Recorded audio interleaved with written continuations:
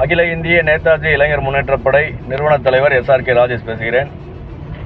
April 23ஆம் தேதி நடைபெற இருக்கின்ற தமிழக சட்டமன்ற தேர்தல், இந்த களமானது அனைத்து இந்திய அண்ணா திராவிட முன்னேற்றத்துக்கான களமாக தமிழகத்தில் உள்ள அனைத்து மாவட்டங்களிலும் மிக எழுச்சியாக அண்ணன் எடப்பாடியார் அவர்களின் பயணம் சிறப்பாக நடந்து கொண்டிருக்கிறது.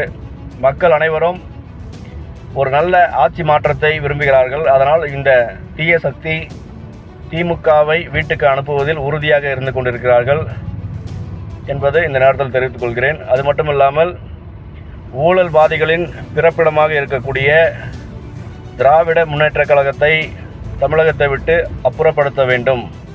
அனைவரும் தேசிய ஜனநாயக கூட்டணியின் சார்பில் அனைத்து இந்திய அண்ணா திராவிட முன்னேற்றக் கழகம் அண்ணன் எடப்பாடியார் அவர்களின் தலைமையிலான கூட்டணி வெற்றி பெற மக்கள் முன்னெடுத்து விட்டார்கள். மக்கள் தீர்ப்பே மகேசன் தீர்ப்பு என்று உறுதியாகிவிட்டது. களம் அனைத்து இந்திய அண்ணா திராவிட முன்னேற்றக் கழகத்திற்கான களமாக அமைந்து வருகிறது.